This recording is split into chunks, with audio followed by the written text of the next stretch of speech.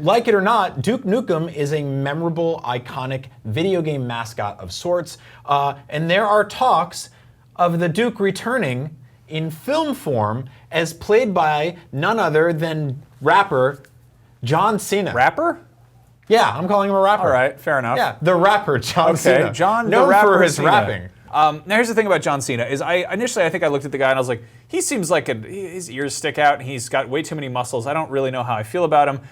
Recently, a couple of years ago, he put out this like 4th of July video that was like, hey everybody, it's me, John Cena, and I want to talk about being an American. And this video was him going on about how like, the whole thing about America is, I don't know, maybe respecting other people's beliefs, whether they're, you know, like Filipino transgender people or they have different political views or whatever. Basically, he's being like, hi, I'm the most muscular man you'll see today. I will put you through a table. Be respectful of your fellow human beings, otherwise you're a disgrace as an American, which is, I mean, that's kind of what, some sliver of Duke Nukem is kind of about respecting the American way, but most of the time he's like, hey, I got the Olsen twins in my hotel suite, and I want to have sex with them. Quick. On the other hand, John Cena's also proven that he's pretty funny. Like he can play against type. He can really kind of poke fun at the kind of the muscle-headed man that he is. He was in Trainwreck with Amy Schumer. Not wild about Amy Schumer, but John Cena in that movie was hilarious. Mm-hmm. His whole deal was he kept making like really like homoerotic threats, which I think he like gets in a fight in the movie theater with the guy, and he's like, I'm gonna kiss you, bro, or I can't even say some of the stuff he says, but right. Really funny in that movie, and obviously kind of being self-aware and poking fun at himself. Now, what always drew me to Duke Nukem as a series, aside from it, the Duke Nukem 3D is a fantastic video game. I think that gets lost in kind of in the shuffle of how many bad Duke games there are. But Duke Nukem's always been kind of a joke. Yeah. Like he's always been sort of stupid. He's kind of been like a bootleg character. He's got all these one-liners he's famous for, like, it's time to kick ass and chew bubblegum and I'm all out of gum. He misquotes movies. Like he's sort of like a Bruce Willis at his dumbest crossed with an American version of Arnold Schwarzenegger. Yeah. With a lot more sort of patriotic bravado, but in a completely missing the point kind of way. I mean, he's the kind of guy that would buy truck nuts for his car. Totally, and they'd make fun of that, and you know, they had the Balls of Steel edition of Duke Nukem that I think came with actual like meditation balls that were made of steel. I get it, but you gotta make fun of Duke Nukem if you're gonna be making this movie. It can't be completely like, here's a guy you should respect because he's cool. I think the ideal Duke Nukem movie goes one of two ways. Either you make Idiocracy as an action movie. Here's Duke. This was when they were trying to promote Duke Nukem Forever as being like, this is a thing you're into. He kicks ass, and sometimes he says the swear. And I mean, if you're 12 and me, you think that's sort of cool, but as you get older, you learn to realize that he's kind of this sort of satire where you have to like, you can't take him seriously,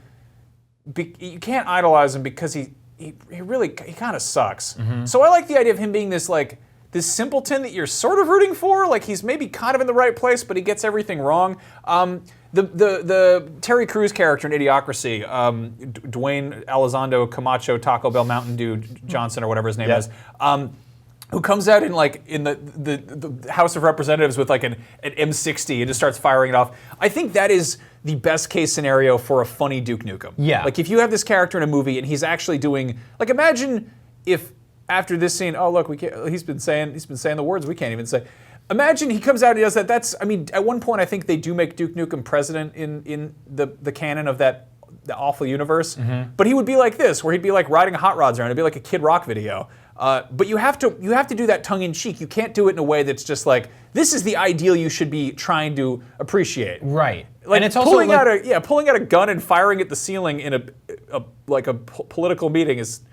Well, and we're in an interesting time right now, right? In that we are learning lessons from the failures of a lot of our heroes. And like growing up, I was an older brother and I had younger brothers, and I taught a lot of them lessons in the way that you're not supposed to. And that was by making mistakes and teaching them, don't do what I did. Like the reason I'm in the back of a cop car and you're not is because I screwed up. Which is like, you can inspire people through mistakes. And that's a good way of teaching almost, right? And I think Duke Nukem coming out and being this sort of antiquated relic and then learning the world from smarter people by making mistakes of his own and having other people being like, you can't really do that, creates a more endearing character that I think turns into something that is sort of likable, you know? And you get this guy who's just brutally misogynistic, and he's just this like wet fart of a man in like a tank top and like weird cargo pants. And stuff like that. You gotta go big and go stupid, or you gotta go home and think about what you've done. The other way you could make a good Duke Nukem movie is if you made something that's like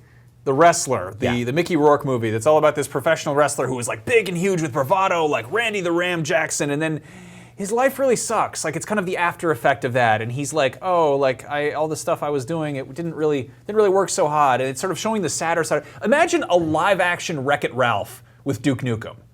Like imagine that. That would be an interesting thing, and it really maybe digs into like, oh wait, this is how this character could be human.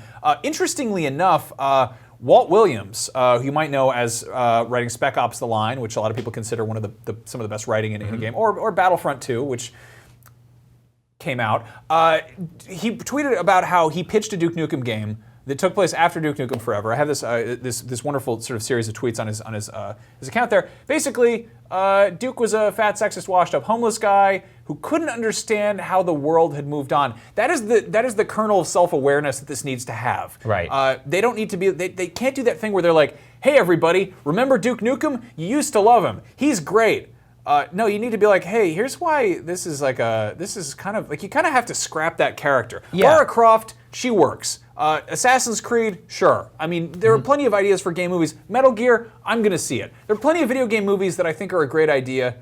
Detective Pikachu, hell yes. Duke Nukem, you got to take it kind of back to the drawing board, and either you tear it up or you just kind of erase some stuff. You know? And really, I think about it in one of my favorite movies of all time is Die Hard with a Vengeance. And if you look at John McClane at the beginning of that movie, and I referenced Bruce Willis earlier, but John McClane at the beginning of that movie is a hungover loser. He is out of shape. He's borderline out of work. They've effectively taken away his badge and his gun, and he's popping Advil because he's so drunk. His wife's left him. Everything's a mess. He's not even talking to the kids anymore. It's an absolute disaster. Nobody wants to work with this guy. And then someone out of nowhere, you know, one of the Gruber brothers, is basically like, get this guy back on the street. I want to torment him. I want to taunt him. I want him back in the spotlight so I can hurt him.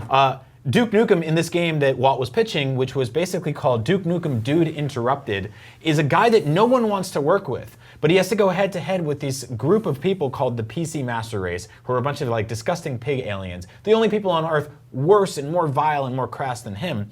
And so the cops are basically like, yeah, we gotta go into the shed and get this old Duke Nukem guy out. He's the only one that can fight them.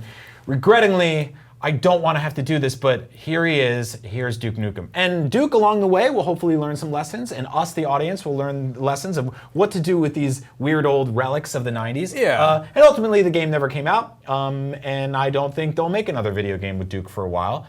We saw that weird Duke Nukem rip-off spin-off thing that went into court, that top-down thing. What was it called? Bombshell? Yeah. It was like, what if Duke Nukem was a sexy lady with one arm?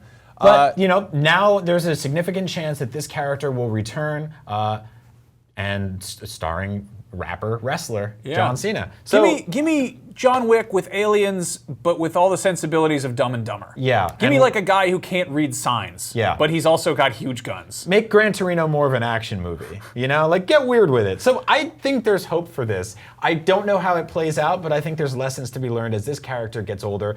Because as we're seeing a lot in the world right now, people are making a lot of mistakes, but we don't really know what to do with them afterwards. Like, we don't really have a redemption saga for any of these people yet. You can go out and make a fool of yourself on social media, say something stupid, do something stupid, but what happens to you from there? I think a Duke Nukem movie could help tell that story and inspire others to not make the same mistakes Duke's made. My name's Duke Nukem, and I go to the bathroom, and I always wash my hands to prevent the spread of foodborne illnesses. Duke Nukem poops his pants all day long inside of the park or the public zoo. I love animals. Quick, quick, quick, quick, quick. I'm the victim of a paternity suit. That's it. Anyway, that's Duke Nukem. We talked a lot about that man today. I could talk about Duke Nukem until I'm blue in the face. But thank you to Walt Williams for putting up those tweets the other day. You should follow him on Twitter because he's incredibly interesting. It's really cool to see a video game writer on Twitter and kind of talk about what that process is like. He actually didn't write a game for 5 years after this, so that's enough to scare anybody away from their own career. Hey everybody, it's me, Duke Nukem. I'm getting my own movie. If you want to play a fun game, try to tell my quotes apart from President Trump's. It's harder than you think. Speaking of movies that are being based on video game characters who talk in funny voices, Detective Pikachu is starring Ryan Reynolds. We talked about that a while. It sounds like a good movie, but Pikachu shouldn't talk. Anyway, watch Up at Noon every noon Pacific time on Thursdays. IGN.